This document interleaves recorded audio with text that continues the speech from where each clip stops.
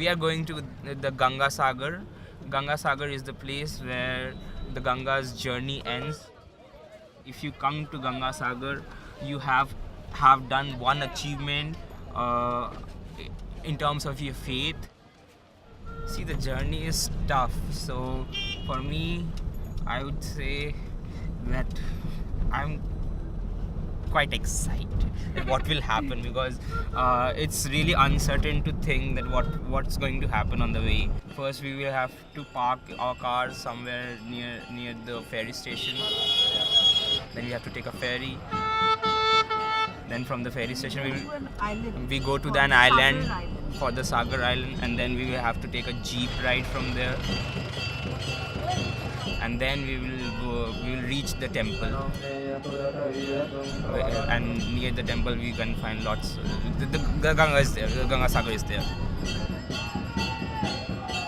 All the rivers coming, finding their way, affecting so many lives, so many people, irrespective of their caste, creed, religion, and it just ends at the Ganga Sagar.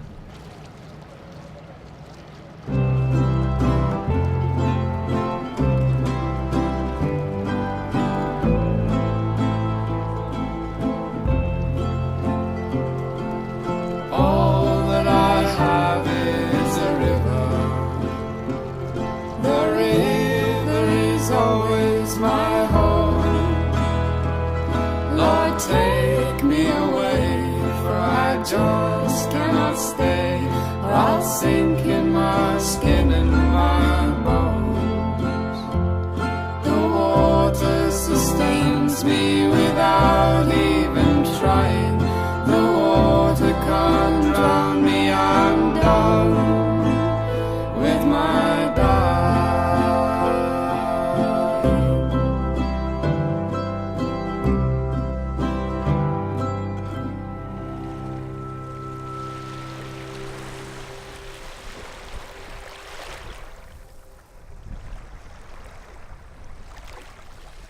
You can live without water for so long, right? But it gives it, once you replenish your body with the water, you continue to live. So that spirit within that water is more stronger than our human presence. Our interconnectedness with water is it gives us life. It gives us life. It gives us its spirit to grow and flourish as humans. Bonjour, koi makunshne kaz makonin duding o bashing in Nunjiba. Migo choindan mama bi jaego bashing University. Jinakadig. Hi, my name is Little Bear Woman. That's my spirit name. My English name is Vicky Finday, and I'm from the Bear Clan, and I live here in Panema. And we're here at Obashing University, which is where I've learned a lot of my teachings. We're going to be talking about the medicine wheel, and right now it's a symbol that we use to have a balanced lifestyle. When you talk about the medicine wheel, we look at the circumference of everything, of a circle, right? It has a beginning, but it doesn't have an end. Because we also have the earth, the fire, the air, and then we have the water. When we have all these four elements, it connects us all. Water, that's well, the grandmother Earth gave us that, the lakes, and you get healing from that. Our water is really important because it provides life for all our animals, all our little lakes, you know, to provide food, boiled rice, and all that. There are spirits in that lake too, that watches over us. Every spring, we make offering to our lake, thanking the Great Spirit for providing us with fresh water, you know, fresh life for every day. When we do the water ceremony, that's the same thing. We give in order to get something back. So we're not always taking all the time, take. We give back. When we give back, we get twice, trifold from what that Spirit's given you. If we could teach people how to be spiritually connected to Mother Earth, to the water, to all the 4 elements, and giving that spirit, because it's considered a spirit. Everything's considered a spirit, and we honor that every day. No matter if you're an animal or a human, you know, even the trees, they need water, you know, grass, everything you see on earth, water provides life for everything on earth. No matter what race you're from, water is important to everybody.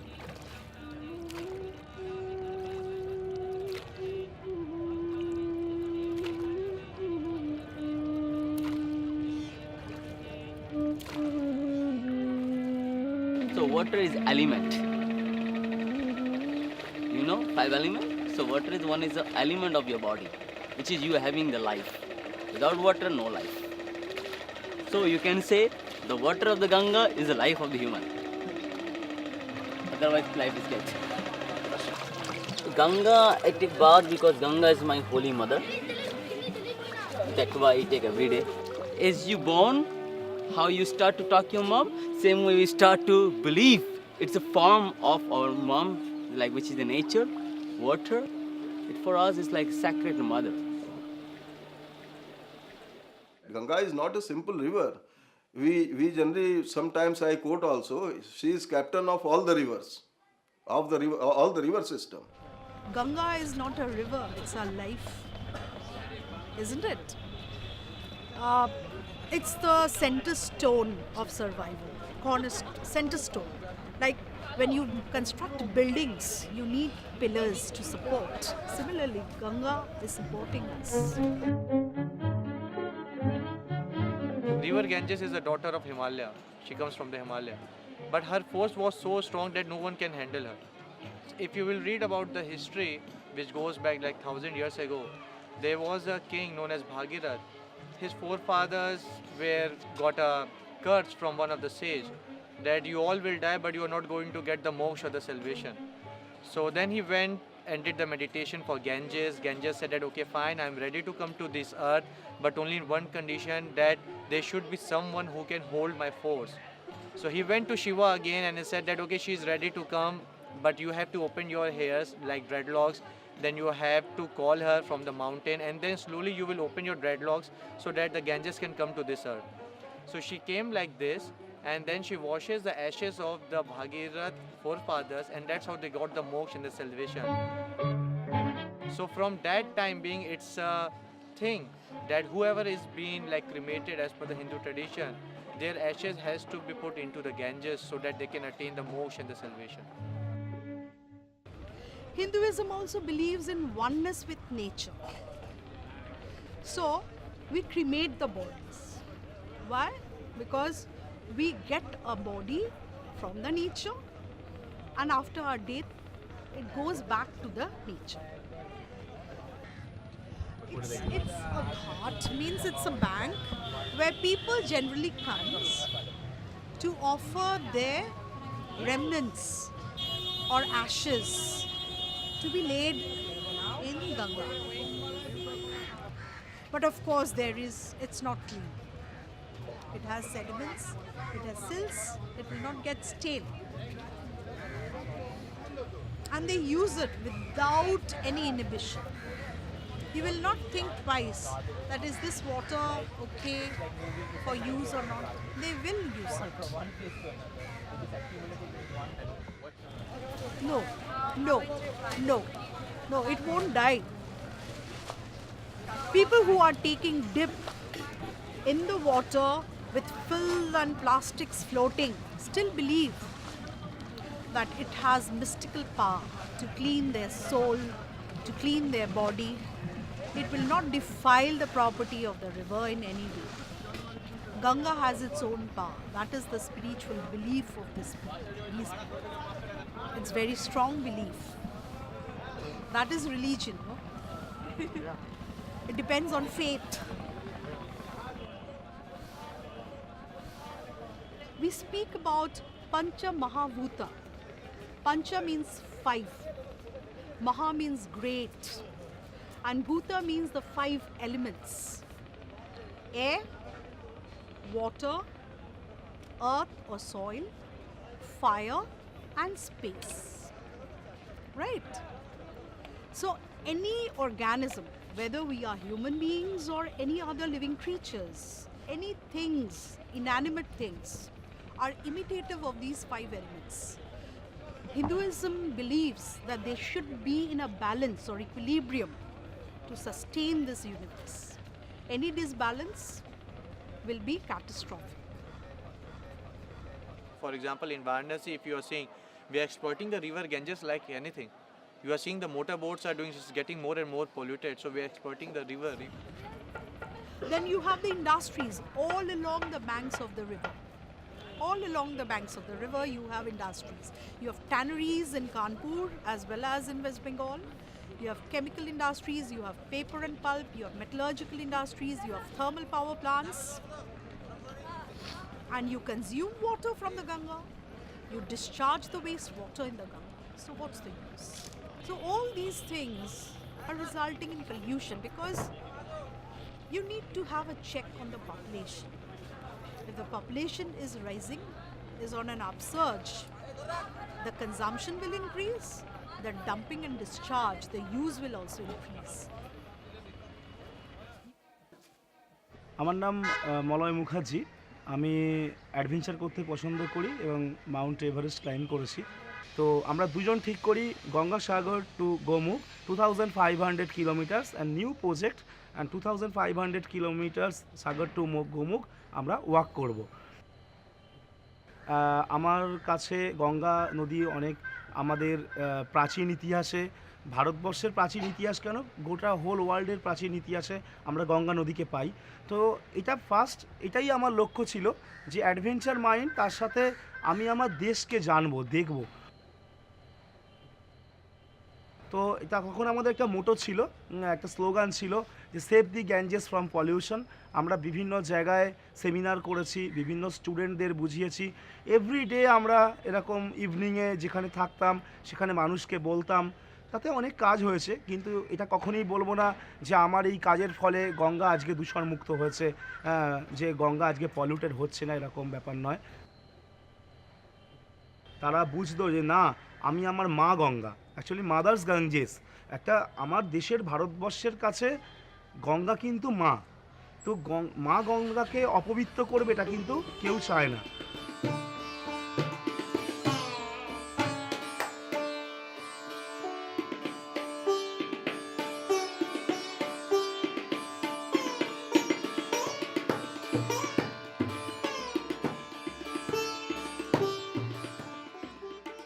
Media and the planners of the government, they have categorized Gangaji as Class B river.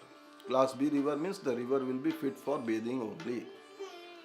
For that, scientific parameters have been defined that fecal coliform count per 100 ml should be less than 500.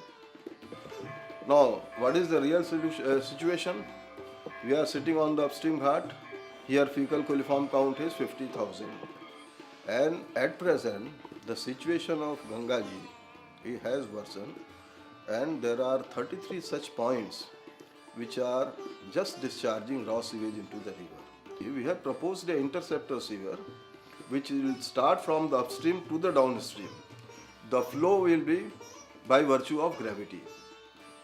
Their project, everything is dependent on pumps.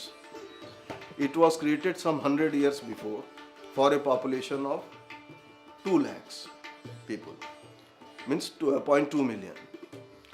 Now the thing is that now the population of Banaras is 3 million. Still that is the backbone.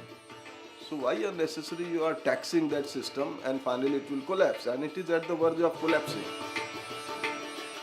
Like, okay, the government has to stop all the tanneries or the factories, but it's a part of our responsibility also that we should not litter, we should not throw the plastic, or we should not use the soap or the shampoo into the Ganges. It's a mindset, but in coming years it will be a big problem for us, because our forefathers has given us the water, and if we are keep on polluting it, what we are going to give to our coming generation, it will be a big question on us.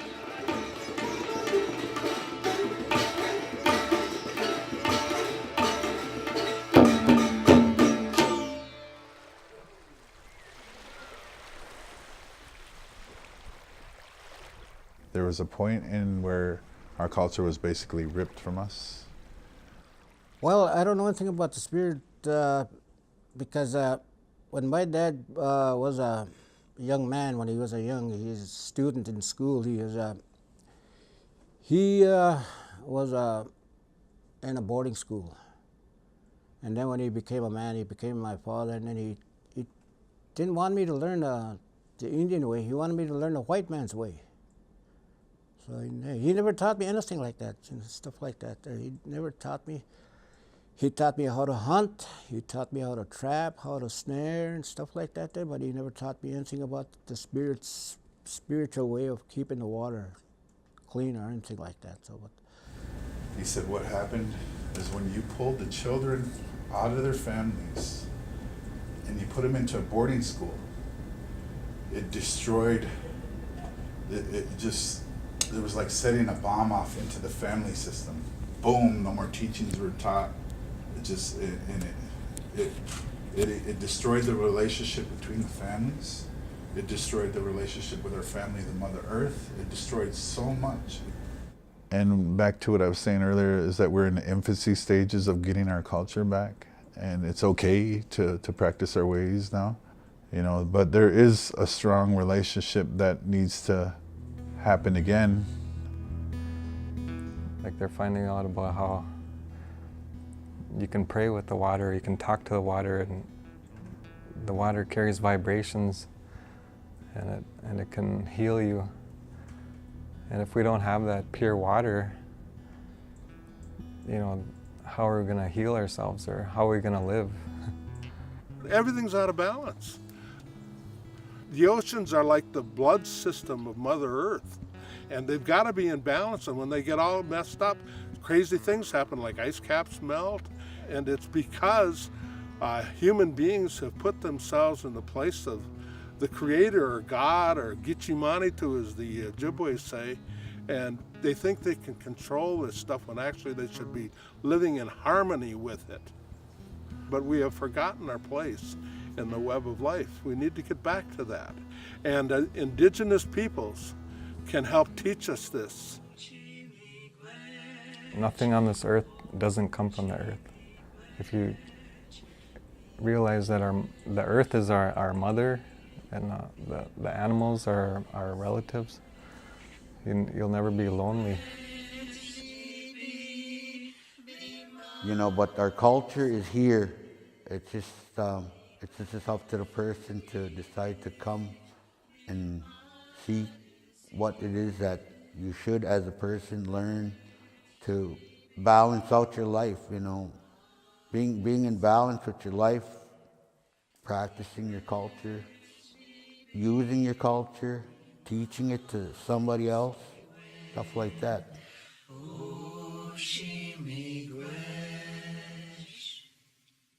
It's important on this campus and throughout the state to have to provide an education that exposes people to Native American history and culture.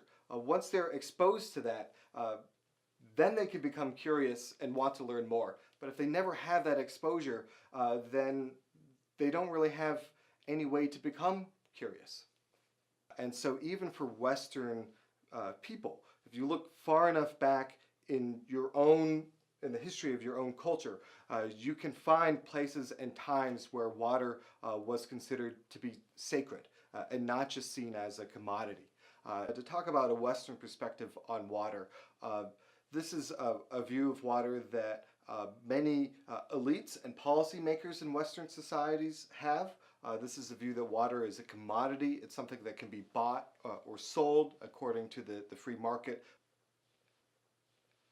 When water is viewed as a commodity, that has a number of different impacts that primarily affect those who are already in marginalized populations.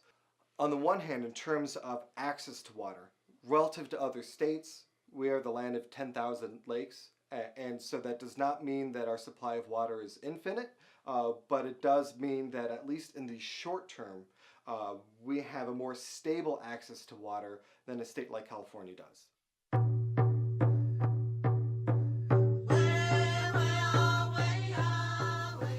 So in Ojibwe language, in my elementary Ojibwe,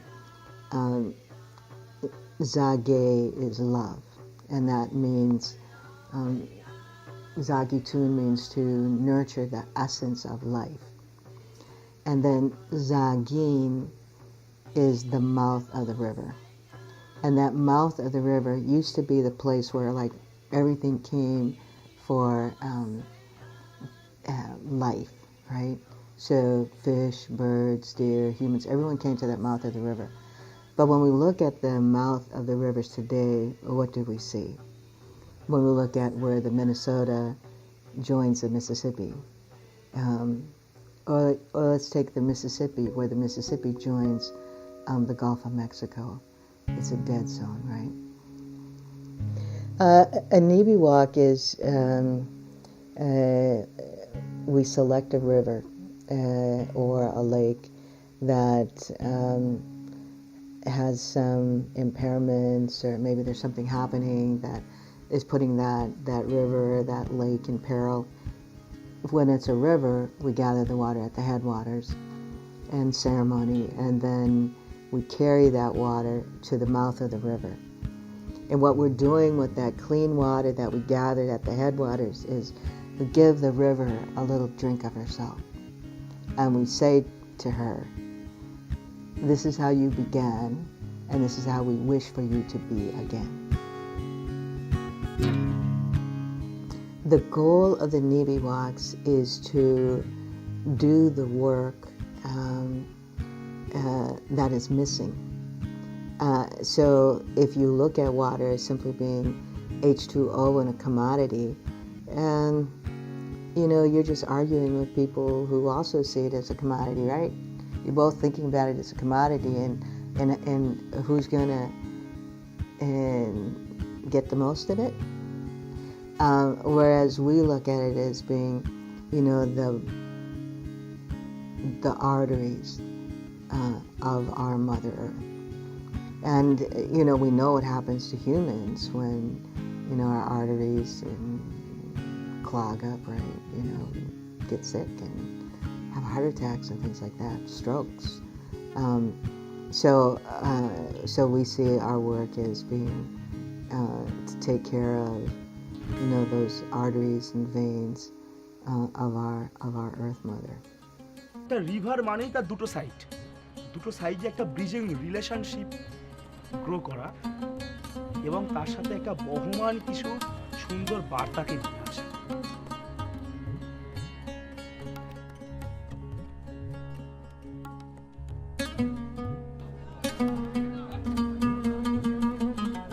So we are at the Ganga Sagar, just near the seashore.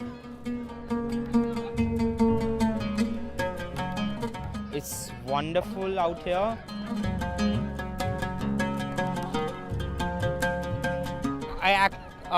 I am actually quite amazed by seeing the beauty of Ganga.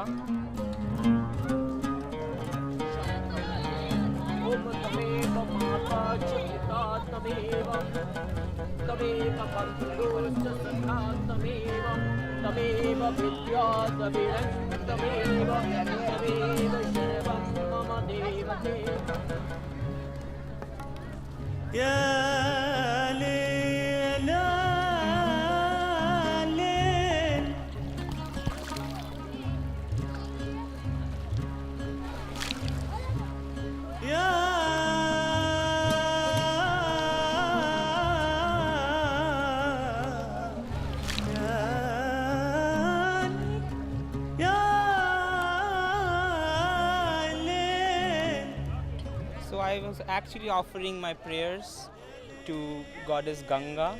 So basically you have to pour some water in your hands and then you have to shower it, you have to give it back.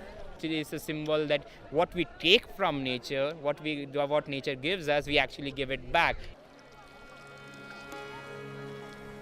We will find our own ways maybe to do something for Ganga. Like it can motivate me to like have a basic communication with people about the issue of Ganga. It gives me power to bridge this gap between real emotion of Ganga and real emotion of people.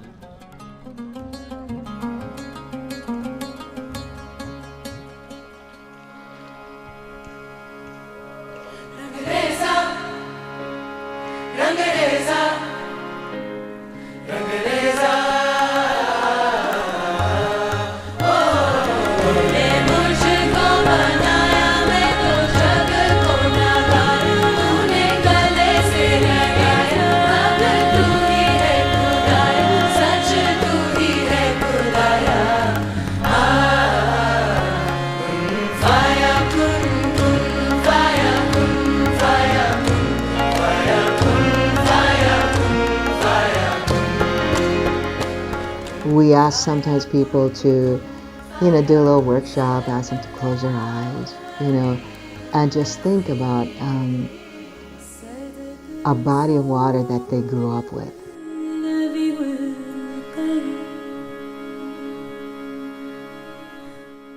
Did you have a place where you went fishing? Did you have a place where you went swimming? Did your parents have a cabin at the lake? What was your relationship to that body of water? And ask people just, think about that for a few minutes. And I ask them to write down 3 things that you will do to protect your body of water.